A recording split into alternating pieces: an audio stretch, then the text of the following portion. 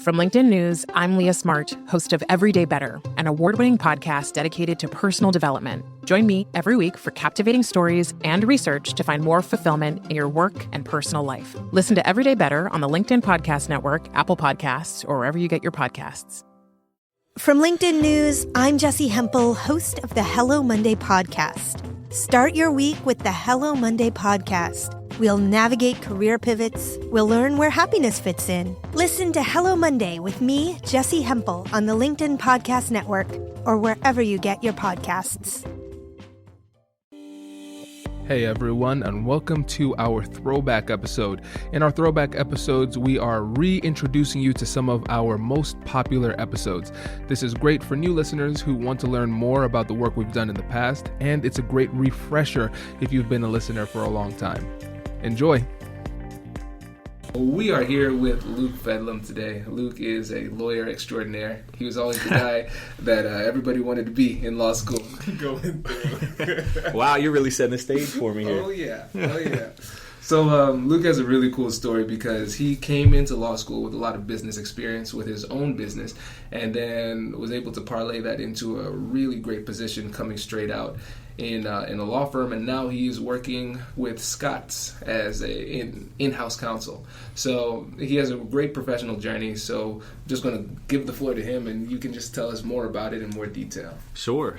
Yeah, it's definitely been a journey. Sometimes I feel so young, and then I look back at my bio and I'm like, oh my gosh, I'm not that young anymore. But I went to undergrad at Wake Forest, and when I was there, I knew I wanted to just be done with school for a while. And so I accepted a position at an investment firm, publicly traded investment firm outside of Philadelphia, with the whole thought of doing that for a year or two and then going into law school. And in doing that, I just really enjoyed kind of digging deep into the business side, and I got into finance and business and everything, and law school kind of just took a back seat to that. And after kind of spending about 5.5 or so years doing that, I had the opportunity to partner with a good friend of mine and launch a sports management firm down in Miami, Florida, working with professional athletes. And so obviously, as we talk about negotiations and kind of keys to negotiating, working with professional athletes is it's always a negotiation with everything that you're trying to do. So we can get into that a little bit. I did that for about 3.5 years and ended up leaving there due to kind of some random situation where I was also in the Army National Guard and was called into active duty for a year. And so after that, I felt like that was the best time to just, if I was ever going to go to law school, like that was the time to just to do it, because I'd already broken away from the sports management firm. And so I went to law school, which is where I met this lawyer extraordinaire, Kwame, and was able to, just enjoy the time of being back in academia, but knowing that I still missed, the corporate side of things. I missed the being able to advise athletes in a different way. And so when I left the firm, left Ohio State Law School, I ended up working at a firm in Columbus, and was able to very early on become their head of their sports and entertainment group and build out a practice area there. Which, when you talk about negotiations, the internal negotiations of a fresh out of law school a student deciding to a new associate trying to build a practice area with attorneys that have been practicing for decades. That was a lot of negotiation. And then ultimately that position, I spent my time doing sports and entertainment as well as mergers and acquisitions work, and then was fortunate to have an opportunity to go in-house at Scott's Miracle-Gro Company. And so I do, yes, have a very green lawn right now. And there, all I do is negotiate. So we do transactions around the world, acquisitions, divestitures, strategic partnerships, joint ventures, all around the world. And so I get to get the joy, really, of negotiating with people here in the States as well as in other countries, which obviously adds a different perspective on negotiation tactics and strategy. So pretty in-depth background, but definitely it's been a lot of fun over the years. That is great. And your story is really exciting because like you said, starting in Miami, working with professional athletes, then to the big firm, then to the big company. I mean, you're professionally like living the dream for a lot of people. So that's really cool. You mentioned when you're dealing with athletes, you're always negotiating. So what kind of negotiations does that involve with your clients? Yeah, you're absolutely right. I mean, I think anytime you're in a professional services industry, you're always negotiating with your client because you're there to provide them a service, but oftentimes they want to do X. And your professional background might say they really should do Y. And so whether you're a financial advisor like I was, or you're an attorney, or you're an accountant, or you're some other type of advisor, you have the professional perspective that they should make a certain decision. But now you have to convince your client to make that decision, and that decision might not be something comfortable. So let's make it real, right? So working with athletes, especially as a financial advisor, clearly the biggest thing that I focused on was savings, right? How do you save and invest as opposed to spend and fall into the statistics of so many professional athletes who go broke, right? And so that negotiation of what should, the client, deciding what they should do with a signing bonus check, wanting to go out and spend and buy the latest car or boat or, upgrade their house or do all these things where they're spending versus actually saving and putting that away. It's hard. And the reason that in particular was hard as it relates to negotiation is that a lot of times there's an education piece to it. And I think the key to negotiating with your own client is educating them. And if you can educate them as to the decisions that they should make, it makes it a little bit easier. And that's a hard thing to do. So what I had to do was educate these players on the impact of spending a certain amount of money now versus saving that money now and what that long-term effect is. Mm-hmm. So as one of the things that I found very helpful in working with these guys was that the easiest way to educate them, because I'm not going to come out and start trying to give them definitions of what a correlation coefficient is or Sharpe ratio of a portfolio and all that kind of stuff, because they'll just tune me out. But what I could say is, listen, last month you spent X number of dollars and cents, like down to the penny. If you spend on average that much money every single month and you don't get another contract, you're going to go broke on X date. So let's look at this signing bonus or this check or this upcoming season of your pay and figure out, okay, if we can put more of it away, this is how long it extends it. So instead of you going, potentially going broke, and again, this is assuming no additional job right away when you're done playing, which a lot of players face. Then that means instead of potentially running out of money 4 years from now, you might run out of money 15, 20, 30 years from now. So it's all about, how do I take this client through an educational process, one that they can understand, and two that is compelling enough to cause them to want to act and make a decision, preferably a decision that's in line with what my professional expertise would kind of direct.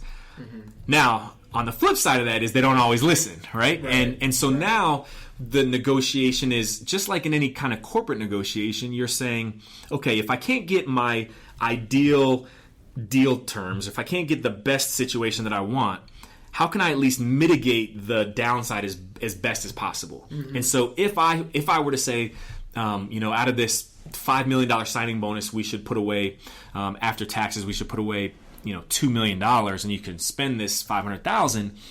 If they say, nope, I'm going to spend $1.5 million and only want to put away $1 million, okay, well now what impact does that have in putting together a plan for them for the future? So how can I mitigate the risk of running out of money at a certain point? What impact does that have? And again, it's still educating that client through the process. So this is a very long-winded answer to your question, but I think negotiating with your clients, it all comes down to how do you educate them, and in educating them, and if you've built the trust and you've built that relationship, if you educate them accordingly and appropriately, ultimately, the belief and hope is that they'll make a decision that follows kind of your guidance. That makes sense. So how do you build that trust? Because of course, when you're a big time athlete making millions of dollars, everybody wants a piece of you. Yep. And it's really it's logical for them to have a certain amount of distrust of everybody. Absolutely. Because everybody wants a piece. So how do you build that trust with them? Yeah. So the trust factor is critical in any relationship, especially in any relationship where you're negotiating and working towards some type of desired outcome. Specific to athletes, and I guess maybe it's not that specific to athletes. I think it's across the board. But one of the things that I did with athletes was I was always honest.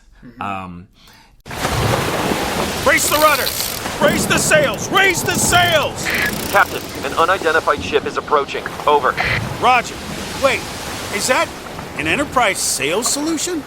Reach sales professionals, not professional sailors. With LinkedIn ads, you can target the right people by industry, job title, and more. We'll even give you a $100 credit on your next campaign. Get started today at linkedin.com/marketer. Terms and conditions apply. And with athletes in particular, I didn't really have a desire to be their groupie, to be their fan, to be, kind of their part of their entourage. My goal was very professional, and it was to provide them service and to give them honest advice and to tell them when they're wrong. And so many times you have people that surround these athletes that are yes people. And it's the same thing with key executives, with business owners, etc., right? There's so many people around them who don't want to risk rocking the boat, who don't want to risk their job, their role, their position, and the benefits that have come from their position. So they don't stand up for what they truly believe in. And I think that athletes in particular respect that because it's so rare in their life for them to hear no, and for them to hear someone who will be very direct with what it is that they do. I remember the first meeting I had. So I worked with a lot of NFL players, but I remember the first meeting that I ever had with an NBA player when I was a financial advisor, and it was with the player, one of my partners, and then also one of his advisors, and we gave this whole presentation, and I was very bold and direct in the decisions that he had to make, and that they're not easy decisions, and that they're not always going to be comfortable, and they're not going to allow you to live, any type of lifestyle that you want to live. But here's what you need to do if you want to find success when you're done playing.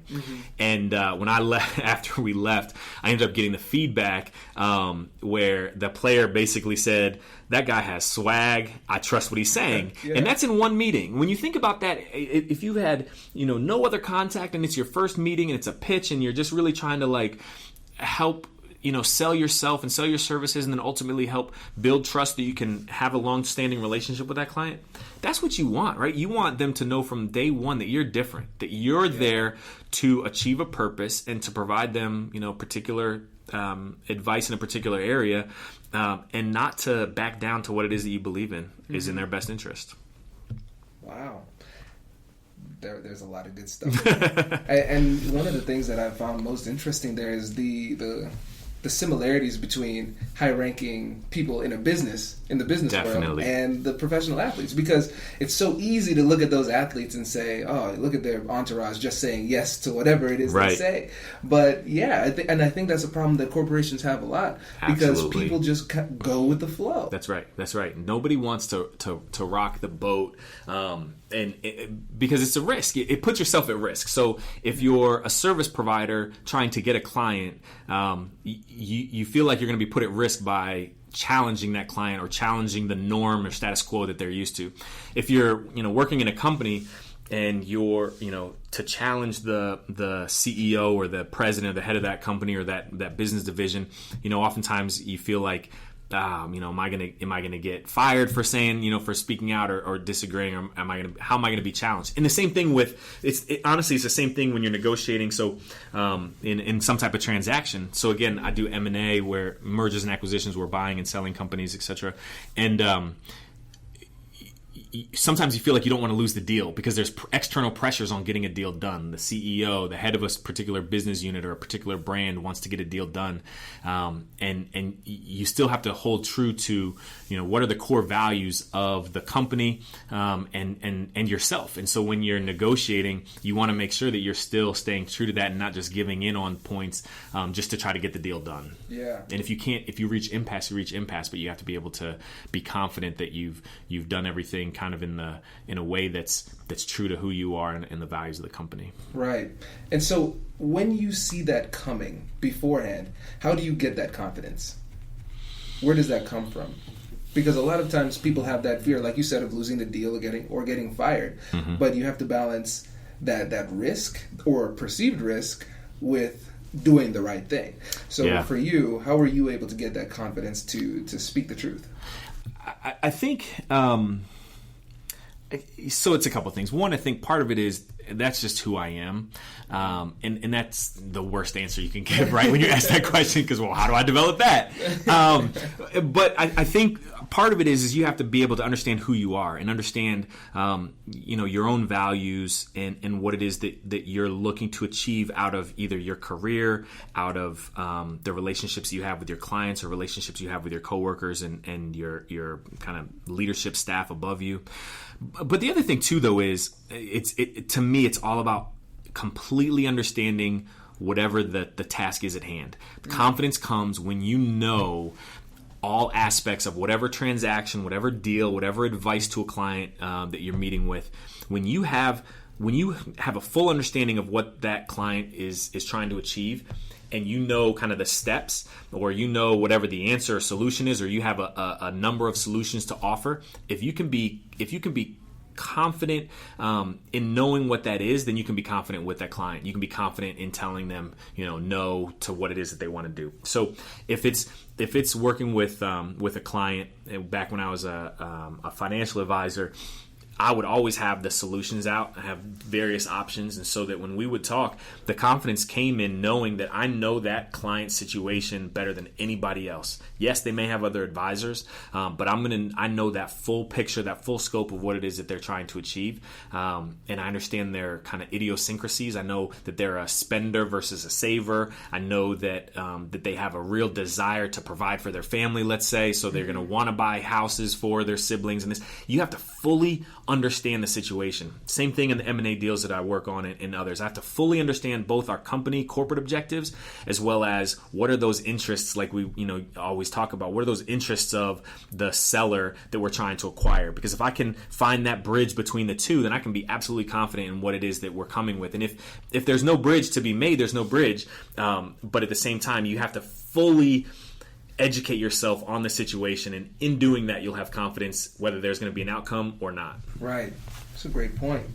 And kind of going back to when you were talking about educating the clients, and I think this is a point that people who are listening can take from any walk of life, if they're in the service industry or if they're selling products, or even if they're not entrepreneurs themselves but within a corporation, you still kind of have a client. Absolutely. To a certain extent. Yeah. And that educational aspect is huge.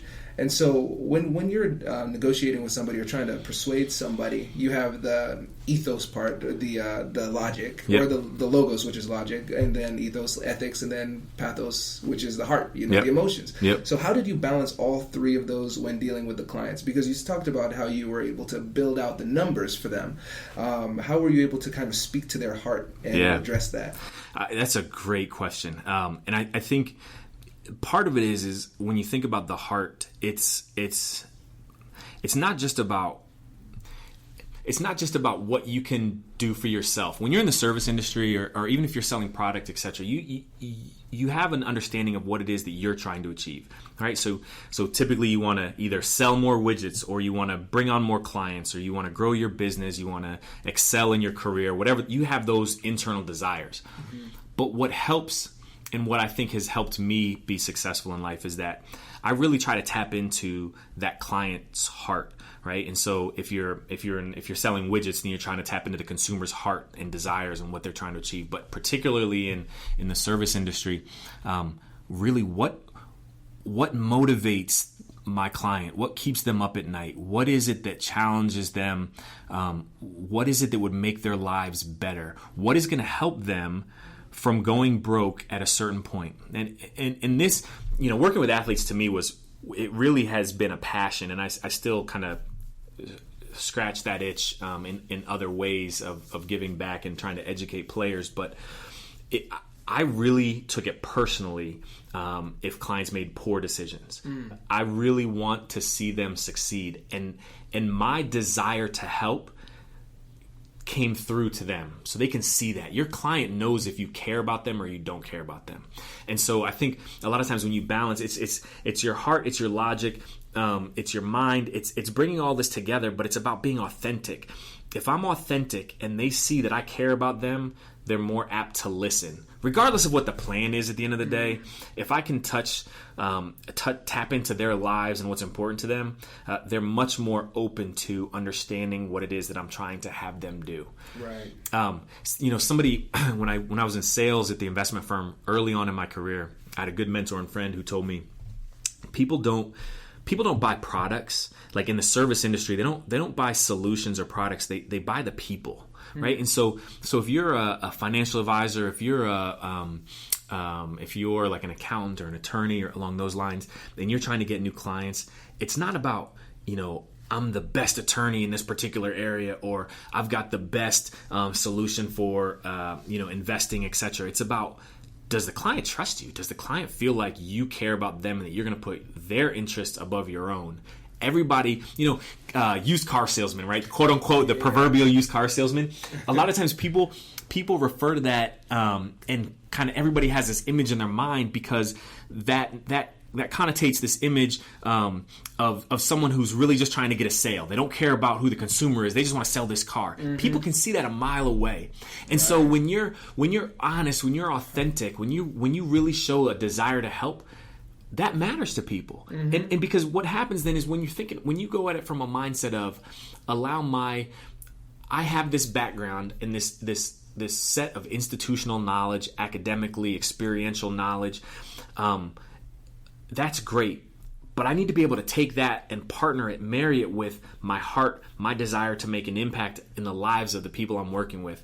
And if I can do that, they'll see that it's more than just whatever the XYZ solution is. Right. So ultimately, again, another very long-winded answer to your question, but I think it's finding a way to balance those that's honest and true to who you are, mm-hmm. and then delivering that to your client. And when you're honest and authentic with yourself and what you're trying to achieve, clients see that, and I think they buy into it. That's powerful.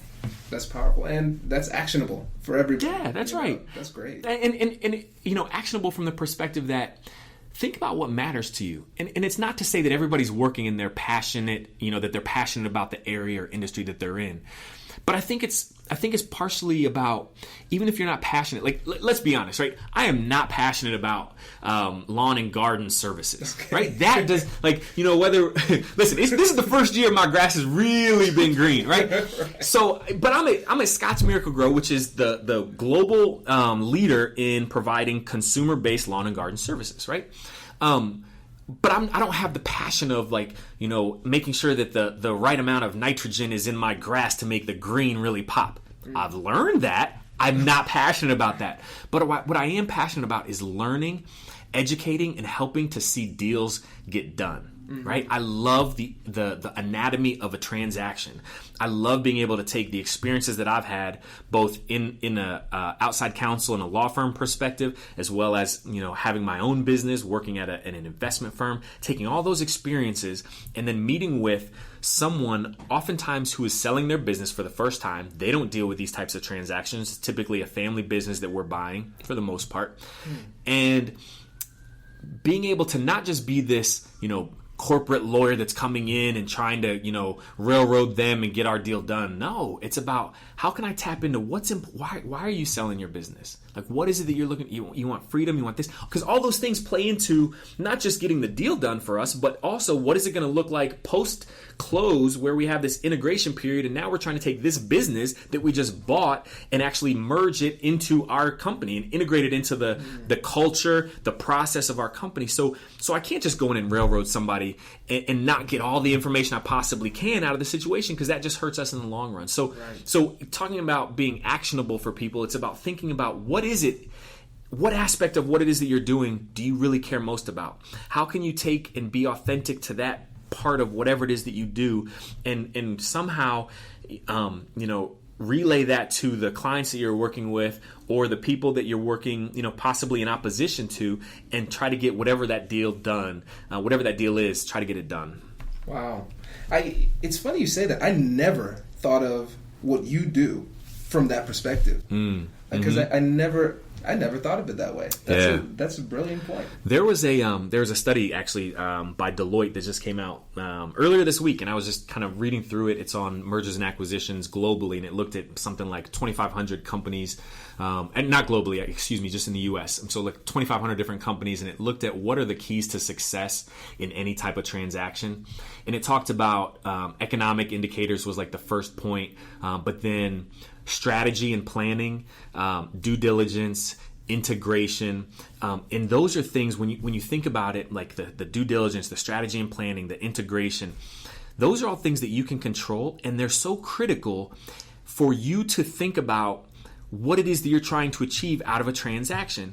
So when I talked before about integration, it's critical to our business because we're looking for a return on investment. Anytime we're buying a company, we're looking for some type of ROI, and that ROI is absolutely impacted by how well we can integrate and optimize that business when we bring it into our in-house, into our brands.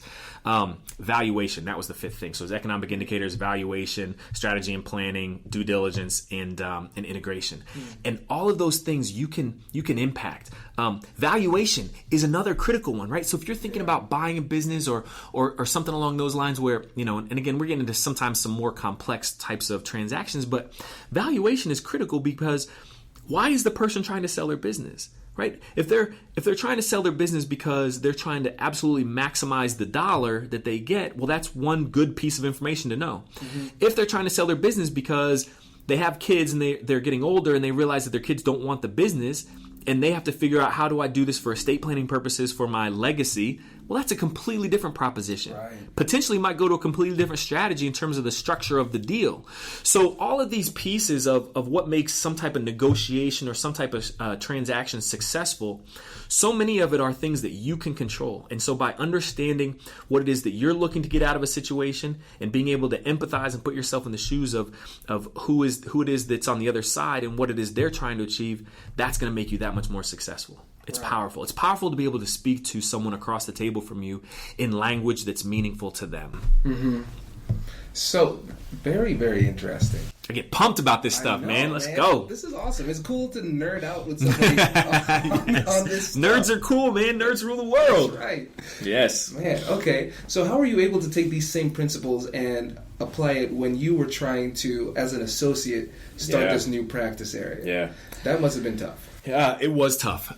So I had to think about what were the things that meant the most to the partners that I needed to sign off on it, right? Mm-hmm. And so obviously in a law firm, kind of the number one thing is a business, right? So the number one thing is, can I show an economic impact of bringing in a new business area at minimal cost to the firm? Mm-hmm. And so what I was able to do there was I had to do a lot of research and understanding of what was it going to cost for us to launch a new area. So marketing expense, human capital expense, kind of the ramp up time, how long would it take? But then what could I return to the business, to the firm, in exchange for those costs? And so number of clients, how many clients could I legitimately bring in? And so being able to set forth a business plan that spoke the language that they needed it to speak, and then do it in a way that caught their attention. So what are some ways that catch their attention? It's being able to, in certain instances, highlight the relationships that I have in professional sports. Everybody loves to see pictures of different athletes, and so being able to intersperse that through a business plan and through a strategy doc to say, listen, these are relationships that I already have. I know I can bring these types of relationships in as clients. This is what the impact that would have. This is the cost that we'll have. And so therefore, ultimately, I think we can be in the black and be profitable at this point in time.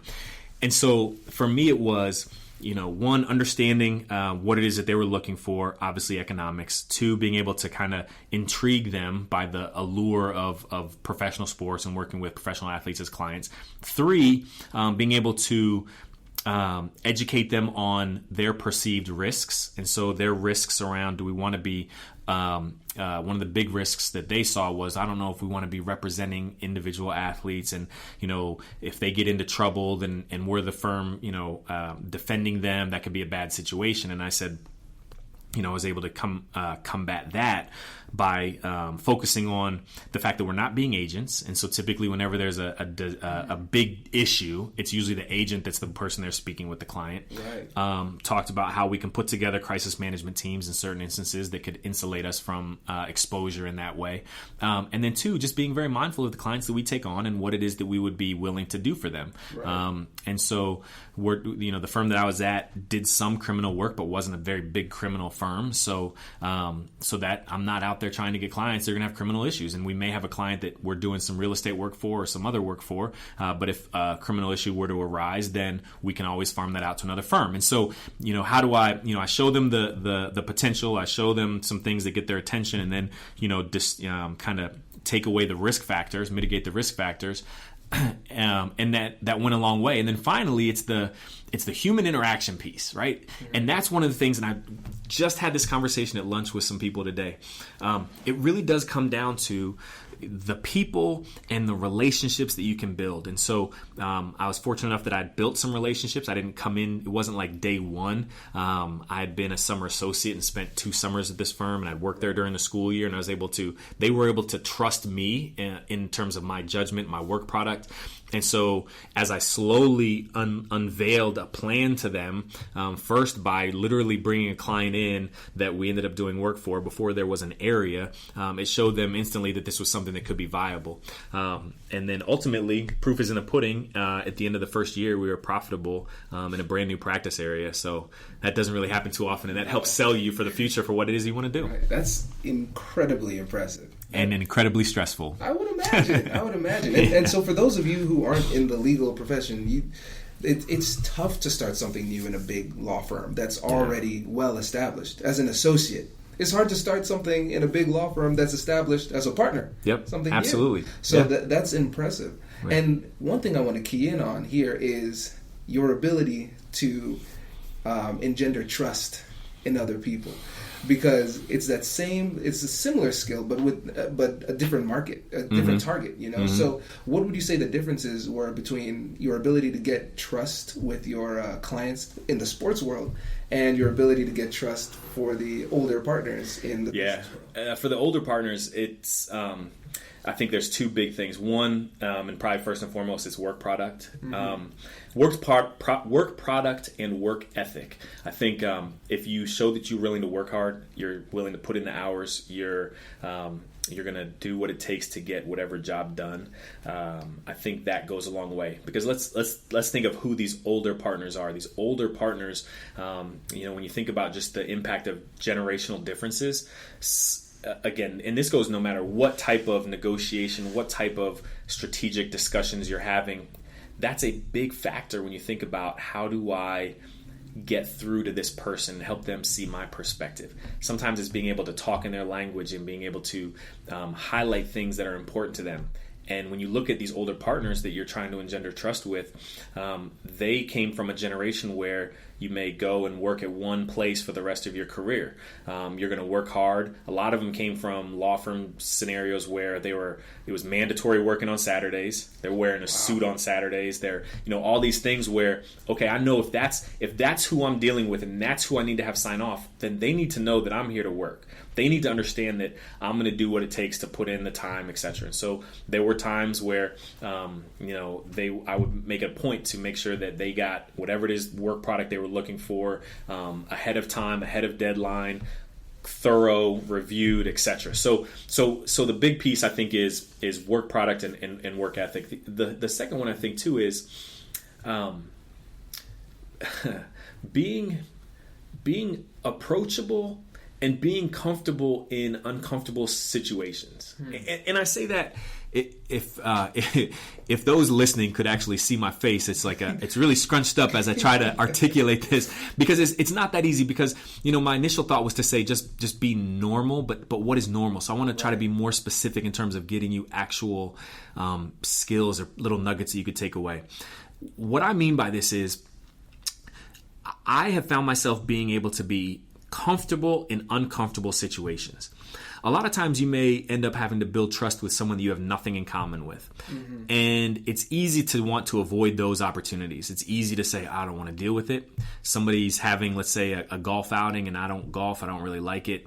It's easy to just be like, I'm going to pass. Or if there's some type of, event with some fundraiser where you're asked to come and fill a seat, and you're like, I really don't want to go out to a stuffy dinner on a Thursday night or what have you. It's easy to pass on those opportunities. But I find that when you kind of take a hold of the notion of being in an uncomfortable situation, you can start to build relationships with people outside of just the pure work, and that goes a long way, right? So at the end of the day, I'm not just, I was never the type that would say, hey, I just want to go hang out with some old partners on the weekend, right? That's just not, it's not me. Didn't see them, wouldn't cross their paths. But when they would say, hey, we need somebody to fill a seat at this fundraiser, that the firm has bought a table for, or hey, we've got this extra project, does anybody have time to help, or whatever that might be, of going the extra mile. And I say that, I think it's applicable too when you're thinking about, your external clients, because your external clients want to know that you're going to work your butt off for them, right? They want to know that you're going to put in the work, you're going to put in the time, and you're going to do what it takes to really put yourself in their shoes in a way that you can understand what it is they're trying to achieve. And when you do that, the trust is just it's built. So I think it's kind of universal, internal and external clients. I like that. Sometimes with a little different spin. Right.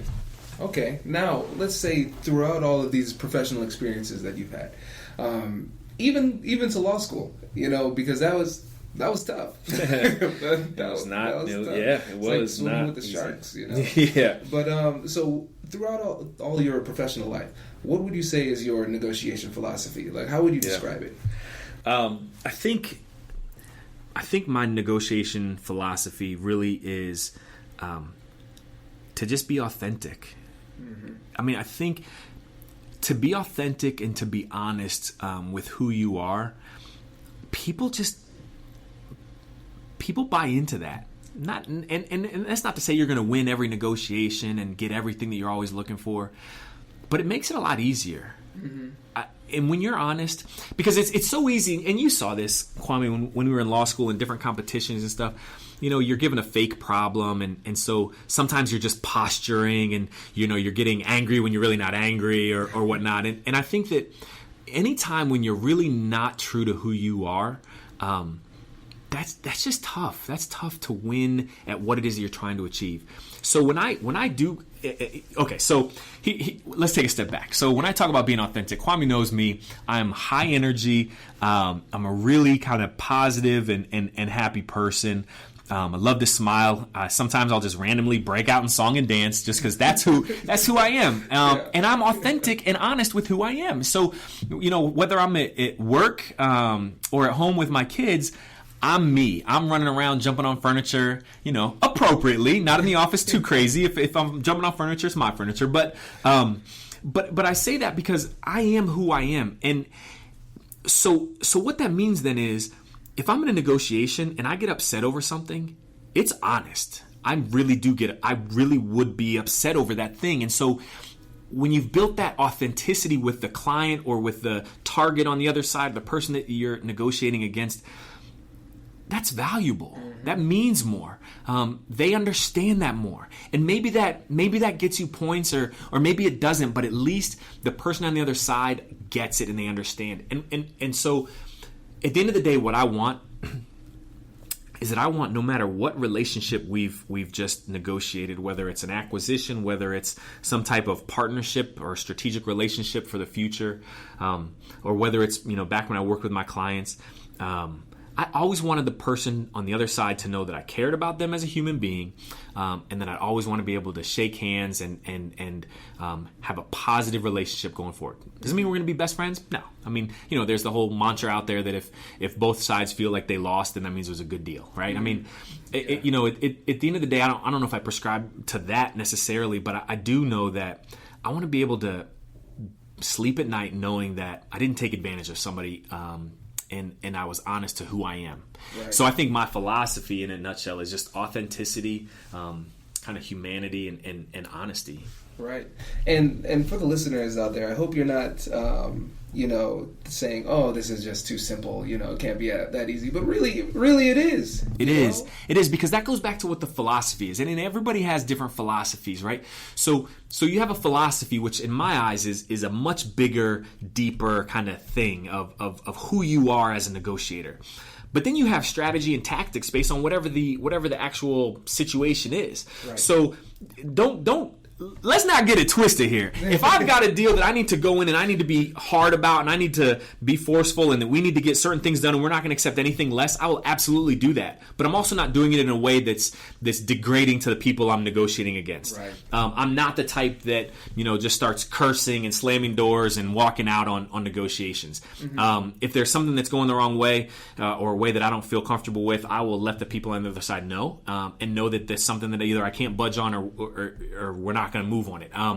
But again, the philosophy is, who are you as a negotiator? Are you someone that's honest, or are you someone that's kind of playing a role? And that's good to know about yourself. I'm not saying that there's one right way or one wrong way. I'm just talking about how I do it.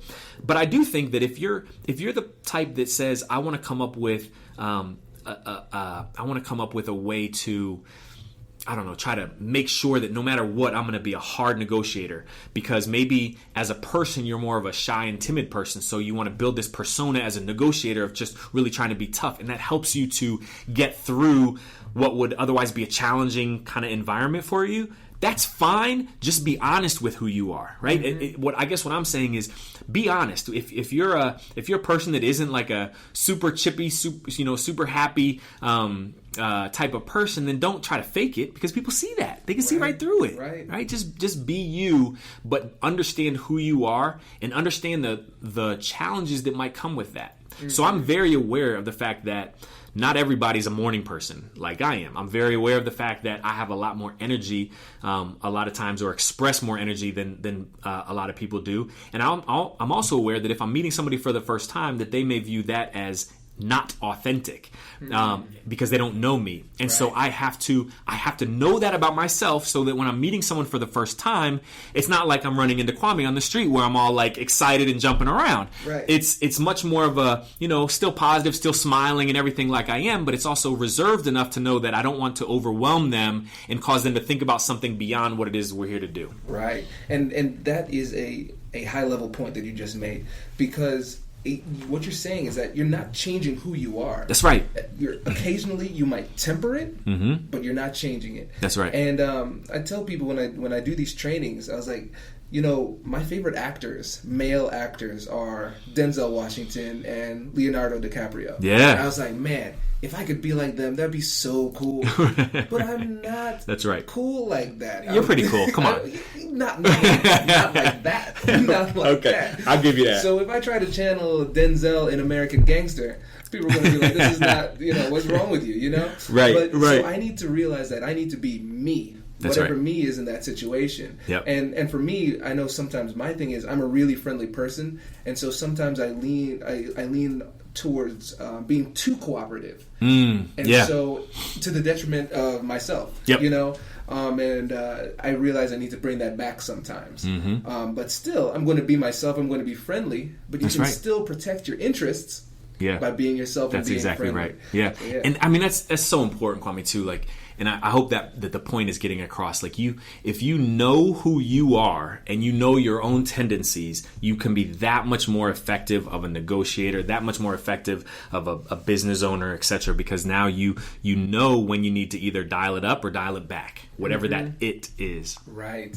That's great. Okay, cool. We're at like 40 minutes, so we gotta go to something. So, what would you say is one thing that somebody can do today to become a better negotiator, or maybe even like an action item that they can do today to try and improve? Yeah. Okay. So here's the action item. I would say, one, to get to understand yourself better, because I think the theme that we've talked about, at least for the past few minutes, has been around being authentic and being kind of who you are. What I would do as an action item is take out a piece of paper and just draw a line down the middle, and on one side of it, just think about 5 to 10 words, single words that you would use to describe yourself. whatever those words might be, energetic, strategic, stressful, or stressed out, or carefree, whatever those words are that you think describe you. And then go talk to some people who are really close to you and ask them what are the words that they would use to describe you. And write them on the other side of the paper. And see what matches, right? See, because one of the things I think is challenging when you think about this authenticity piece and applying that to negotiation tactics is that you may see yourself one way, but people may just naturally see you another way. And that's incredibly important to understand. Here's a case in point. And this blew my mind when I learned it about myself. I have always thought of myself as a shy person. Right, exactly. So Kwame's over here dying. So while he's trying to catch his breath, I'll explain why. Like ever since I was a kid, I've always been uncomfortable in situations where I'm really meeting new people. But if you asked anybody who knows me, no one would say that. No one would ever, and most people don't even believe it when I actually say it. And part of it's because I've learned over the years, and when I say over the years, I mean like as early back as like kind of middle school, high school, I started to realize for me, sports was the equalizer, right? So I could talk sports, play sports, do anything sports related, and that got me into a situation where I was comfortable with people. Once I'm comfortable with somebody, once I meet them, I'm good, no problem. And so over the years, as I've gotten into professional settings, I've had to find those things that are comfortable spaces for me, whether that's being an excellent technical advisor, really knowing my area of expertise very well and finding confidence because I know the issue better than anybody else, or whether it's going to a cocktail party and knowing that I love current events and politics and those things that you aren't supposed to talk about, I guess, but being comfortable in having something that's an icebreaker. So to take a step back then, and what we were talking about is when you go through that list, you can start to identify those things that how you see yourself. And then you can go ask other people and see how they see you. I did this thing, and maybe this is a second piece of advice. I read a book called Strength Finders, and I took the assessment online. And their Strength Finders has been done by the Gallup organization, like Gallup polling, etc. And they've been doing this for years and years and years. And you take this online test, and you go through it, and it tells you your strengths. So it's this whole idea of discovering your strengths. And so when I went through it, it put out my top 5 strengths, and it blew my mind because it was so dead on. And if I can remember, I'm putting myself on the spot here. Number 1 was positivity. 2 was competitive. 3 was strategic. 4 was relator and relatability. And then 5 was I think something like futuristic, right? And so the positivity and competitiveness, that helped me understand, like, I knew I was positive. Yeah. I never really thought of it as a strength per se, but now I get it that people want to follow, and leaders who are positive, they draw more people to follow them, if you will. But then when you match positive with competitive, it's that, I'm not trying to just step on people's necks. I'm trying to figure out how can we together move the ball forward. Yeah. But what blew my mind was the relator, because this was the first time I was able to actually better articulate how I feel internally in new situations. The relator is someone who values relationships, doesn't need a ton of relationships, but with the relationships that they have, they want them to be deep relationships. And so typically I'm uncomfortable at first until I find something with somebody that I can go on a deeper level with. And when I do that, now it's great. Now I really feel like we have a relationship. Right. And so sometimes that comes just based on time and repetition and seeing somebody, and maybe it's a coworker or something like that you see on a regular basis, and you start to build that depth. But when you're thinking about negotiating and you're working with somebody across the table, or even a new client, in my instance, I always want to build that relationship. So if it's a new client, I don't want to just come with, here's your investment, proposal that we want to invest. No, It's like, help me understand your family. Help me understand where you came from. What keeps you up at night? What excites you? What's your passion? And now I start to get a deeper relationship. So I say all that to just give an example as to why it's important to understand both how you view yourself, but then how others view you, because that's gonna play a role as well. Congratulations! You've just joined an elite club. By listening to a full episode, you're now officially on the Negotiate Anything team. So welcome aboard. What most team members do is they subscribe to the podcast because that allows them to automatically get the latest episodes of the show. The best things in life lie on the other side of difficult conversations. Keep learning, keep practicing, and keep getting better. Your relationships will improve, your career will soar, and you'll have the confidence you need to get the most out of these crucial conversations. Again, thank you for joining the team. We're excited to have you, and I will see you in the next episode. I'll catch you later.